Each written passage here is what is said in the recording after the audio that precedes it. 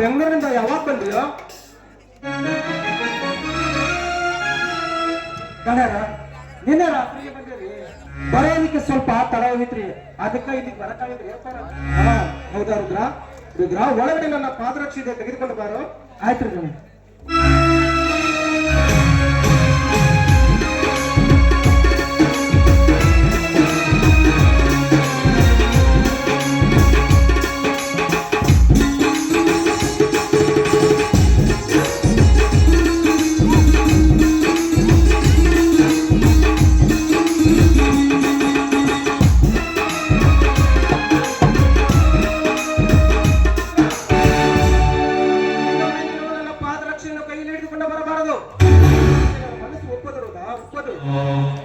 ಯಾಕ್ರಿ ಗಣ್ಯರ, ಯಾಕೆ ನೀನು ಈ ಮನೆಯಲ್ಲಿ ದುಡಿಯುವ ಆಳಲ್ಲೋ, ನೀನೊಬ್ಬ ಈ ಕುಟುಂಬದ ಸದಸ್ಯ. ನೀನು ನಿನ್ನಂತ ಸ್ವಾಭಿಮಾನಿ ಈ ಮನೆಗೆ ಸಿಗಬೇಕಾದ್ರೆ ಈ ಮನೆಯ ಪುಣ್ಯವಿದಿರುದ್ರ. ಅದಕ್ಕೆ ಅದು ಅಲ್ಲದೆ ವಯಸ್ಸಿನಲ್ಲಿ ನೀನು ನನಗೆ ಸರಿಸಮಾನದ ಮನುಷ್ಯ. ಇಂತ ಕೀಳು ಕೆಲಸ ಮಾಡಿದ ನನ್ನ ಮನಸ್ಸು ಒಪ್ಪದಿರುದ್ರ. ಒಪ್ಪದು. ಯಾಕೆ ಒಪ್ಪದಿಡ್ರಿ ಅಪ್ಪ? ಯಾಕೆ ಒಪ್ಪದಿಡ್ರಿ? ನಾನು ಎಷ್ಟಾದ್ರೂ ಈ ನಿಮ್ಮ ಮನೆ ಆಳ್ಮಗ ಹಾಗಂತ ನೀನ್ ತಿಳಿದುಕೊಂಡಿದ್ಯೋ, ಆದ್ರೆ ನಾವು ತಿಳಿದುಕೊಳ್ಬೇಕಲ್ಲ. ನೋಡು, ನನ್ನ ಮನೆತನದ ಬಗ್ಗೆ ನಾನು ಎಷ್ಟೊಂದು ಅಭಿಮಾನ ಅನ್ನೋದು ಹೃದಯದಲ್ಲಿ ತುಂಬಿಕೊಂಡಿದ್ದಿಲ್ಲ, ಅಷ್ಟೇ ಅಭಿಮಾನ ನಿನ್ನ ಹೃದಯದಲ್ಲಿ ನೀನು ತುಂಬಿಕೊಂಡಿದ್ದೆ. ಅಂದಾಗ ನೀನು ಈ ಮನೆಯಲ್ಲಿ ದುಡಿಯುವ ಆಳಲ್ಲಪ್ಪ, ಈ ಮನೆಯ ಮಾನವನ್ನು ಉಳಿಸುವ ಮಾನವಂತ ಮನುಷ್ಯ ನೀನು. ಅಪ್ಪಾರ, ನೀವು ನನಗ ಬಹಳ ನಂಬಿರಪ್ಪ. ನೀವು ನನಗ ಬಹಳ ನಂಬಿರಿ. ನಂಬಬೇಕರುದ್ರ, ನಂಬಿದವರನ್ನು ನಂಬಲೇಬೇಕು.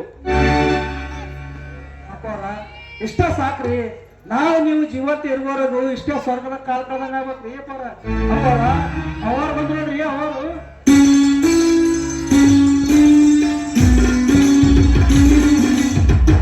ರುದ್ರ, ಬೆಂಗಳೂರಿಂದ ಯಾವಾಗ ಬಂದಪ್ಪ? ಅವರ ನಿನ್ನೆ ಬಂದ್ರಿ. ಬರೋದಕ್ಕೆ ಸ್ವಲ್ಪ ತಡ ಆಗೈತ್ರಿ, ಅದಕ್ಕೆ ಇಲ್ಲಿಗೆ ಬರಕಾಗ್ರಿ. ಅವರ ಮಹಾಕಶಿಪ್ತೇನೆ ನಾ ಬೆಂಗಳೂರಿಗೆ ಕರ್ಕೊಂಡು ಹೋಗ್ನಾಗ ಬಹಳ ಆಟ ಮಾಡಿಬಿಟ್ಟು ಇನ್ನೂ 6 ವರ್ಷ ನೋಡ್ರಿ.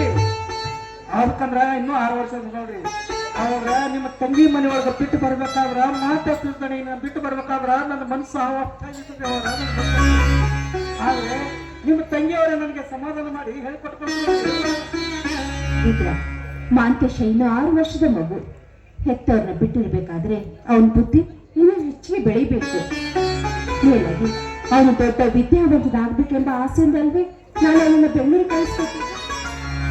ಅವರ ಖಂಡಿತವಾಗಿ ಅವರು ದೊಡ್ಡ ವಿದ್ಯಾವಂತರಾಗ್ತಾರೆ. ಅವರ ದೊಡ್ಡ ವಿದ್ಯಾವಂತರಾಗ್ತಾರೆ.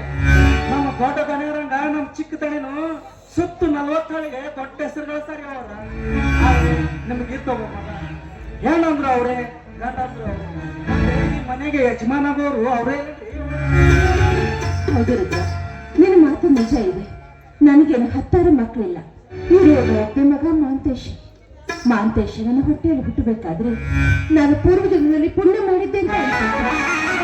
ಮುಂದೆ ಮಕ್ಕಳು ಆಗೋದಿಲ್ಲ ಅಂತ ಡಾಕ್ಟರ್ ಕಡ ಖಂಡಿತವಾಗಿ ಹೇಳ್ಬಿಟ್ಟಿದ್ದಾರೆ. ಮಾಂತೇಶ ನನ್ನ ಹೊಟ್ಟೆಯಲ್ಲಿ ಹುಟ್ಟಿದ್ದು ನಮ್ಮಿಬ್ಬರ ಗಂಡ ಹೆಂಡತಿರಿಗೆ ಬಾಳಿಗೆ ಕಣ್ಣಾಗಿದ್ದಾನೆ. ಆದ್ರೆ ಅವನನ್ನು ಹಡೆಯಬೇಕಾದ್ರೆ 10 ಅಮಾವಾಸ್ಯೆ ಹರಕೆ ಹೊತ್ತು ಎತ್ತ ಮಗನಪ್ಪ ಅವನು. ನೀನು ಮಗನನ್ನು ಹಡಿಯಬೇಕಾದ್ರೆ ನೀನು ಒಪ್ಪಳೆ ಹರಕೆ ಗೊತ್ತಿಲ್ಲ ಕಣೆ. ನಮ್ಮ ಮಕ್ಕಳ ಸಂತಾನಕ್ಕಾಗಿ ಆ ರುದ್ರ ಕೂಡ ಹರಕೆ ಗೊತ್ತಿದ್ದಾನೆ. ಏನ್ ಹೇಳ್ತಾ ಇದ್ದೀರಾ? ಹೌದು ಮಾದೇವಿ, ನಿನ್ನ ಹೊಟ್ಟೆಯಿಂದ ಒಂದು ಗಂಡ ಮಗು ಹುಟ್ಟಿದ್ರೆ ಈ ಊರಲ್ಲಿರುವ ಎಲ್ಲ ದೇವರಿಗೂ ತುಪ್ಪದ ಅಭಿಷೇಕ ಮಾಡಿಸ್ತಂತ ಹರಕೆ ಗೊತ್ತಿದ್ದಾನೆ ಇವು ಪುಣ್ಯಾತ್ಮ.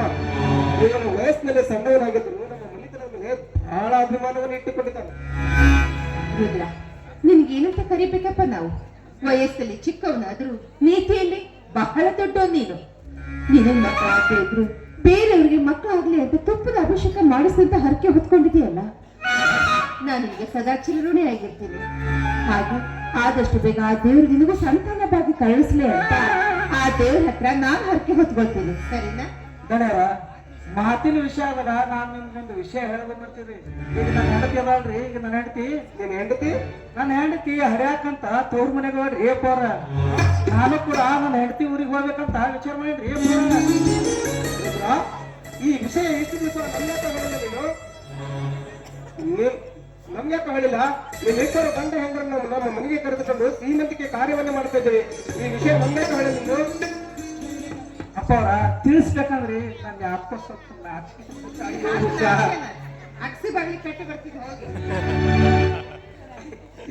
ಹುಚ್ಚದಿಯೋ ನೀನು ಬಿಚ್ಚು ಮನಸ್ಸಿದ್ದವರ ಮುಂದೆ ಯಾವತ್ತೂ ನಾಚಿಕೊಳ್ಳಬಾರದು, ನಾಚಿಕೊಳ್ಳುವಂತ ವಿಷಯಕ್ಕೆ ಯಾವತ್ತೂ ಮುಚ್ಚಿಕೊಳ್ಳಬಾರದು. ನೋಡು, ನಿನ್ನ ಹೆಂಡತಿ ಹೆರಿಗೆ ಆದ ಮೇಲೆ ನೇರವಾಗಿ ನಮ್ಮ ಮನೆ ಕರೆದುಕೊಂಡು ಬಾ. ನಿನ್ನ ಮದುವಿನ ಬರಲಿ ಚಿನ್ನದ ಸರ ಹಾಕಿ ಕಳಿಸ್ತೀನಿ, ಆಯ್ತೆ? ಯಾಕೆ ಹಾಗಂತೀರಾ? ರುದ್ರ, ನಿನಗೆ ಮೊದಲೇ ಸಲ ಹುಟ್ಟೋದು ಹೆಣ್ಣು ಮಗುನೇ. ಆ ಮಗುನ ನಮ್ಮ ಮನೆ ಕರ್ಕೊಂಡ್ ಬಾ, ನಾನು ಅವಳಿಗೆ ಚಿನ್ನದ ಸರ ಹಾಕಿ ಕಳಿಸ್ತೀನಿ. ಏನಂತೆ? ಹೆಂಗೆ ಹುಟ್ಟುದು? ಇಲ್ಲ ರೀ, ಹೆಣ್ಣು ಮಗು.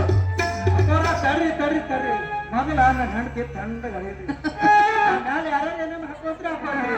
ನಾನು ಅರ್ತಿ ಊರಿಗೆ ಹೋಗ್ಬರ್ತೀರಿ, ನಾನು ಹಾಕೋಣ.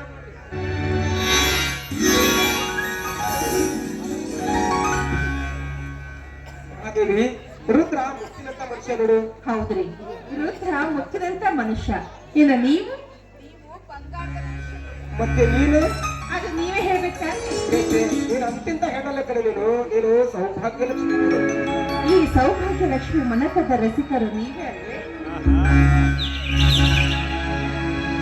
ನಿನ್ನಂತ ಶ್ರೀಮತಿ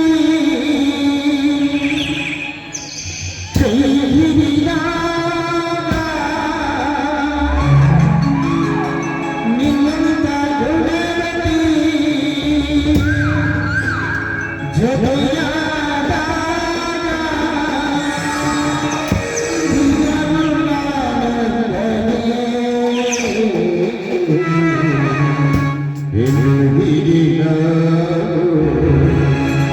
ಸೇರಿ ನಡುವ